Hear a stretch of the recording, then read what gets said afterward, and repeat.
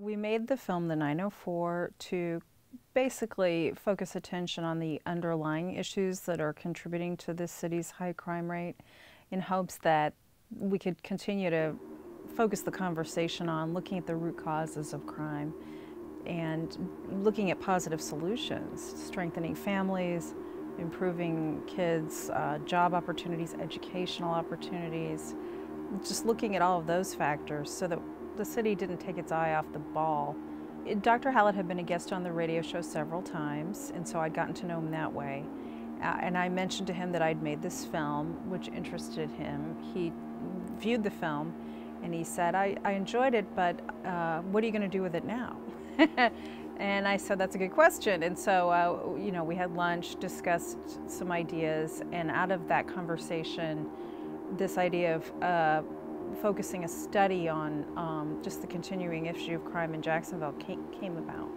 Well, what we're doing here is we got a grant from the Community Foundation, Jacksonville Community Foundation, to work with Melissa Ross on a project to supplement her documentary film, The 904, which is a documentary film exploring the roots of violence in Jacksonville and the character of violence in Jacksonville.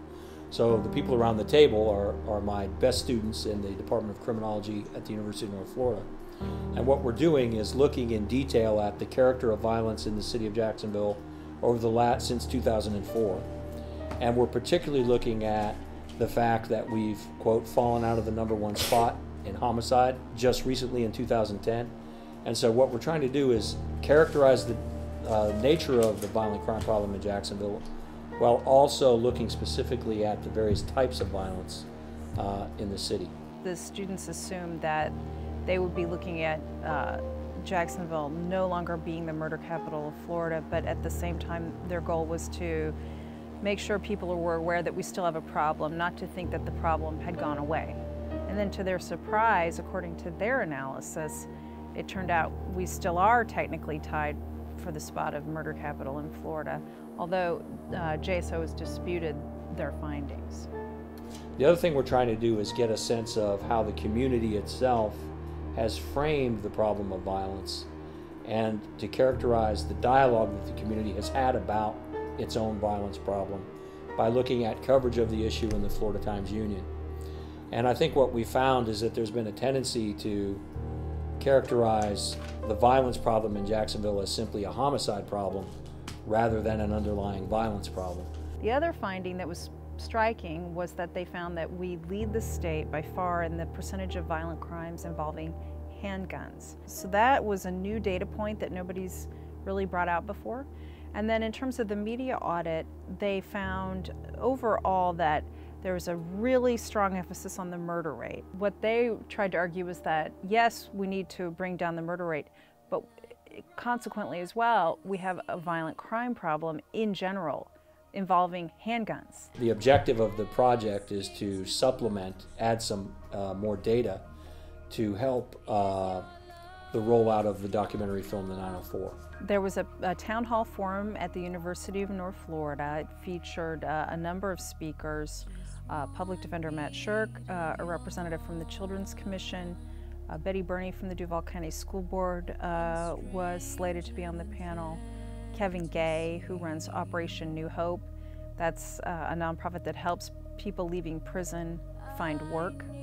Alton Yates, a civil rights icon in the city of Jacksonville. They were all invited to be part of the panel discussion, along with people who came out to see the presentation. They also took part in the discussion. According to Sheriff Rutherford and the JSO, their attitude is, hey, you can cut these statistics any way you want. Technically, Escambia County has a higher murder rate than Duval County. Is your love strong enough? Like a rock in the sea. So they took issue with the findings of this criminology study, and so that's their perspective.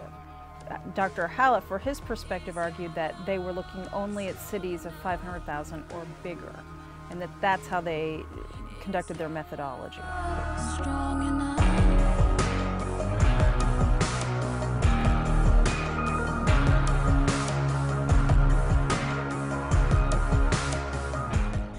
So to be well-rounded in the discussion, it does need to be stated that the JSO disputes these findings. And the JSO will also point out that we've made a lot of progress. Crime numbers have come down significantly in the last few years. The documentary and the study, what they share in common is a mission to make sure that the people who are making decisions in Jacksonville, whether it's at City Hall or in the business community, anyone who has the leverage and the influence to impact how we look at this issue as a city, that people realize that we didn't get into this situation overnight, and getting out of it won't happen overnight. We need a long-term, focused effort at looking at how we can do a better job of strengthening families and supporting children so that they don't make bad choices and that they grow up in neighborhoods that are safer. I think that as a city, we all need to continue to be focused on that.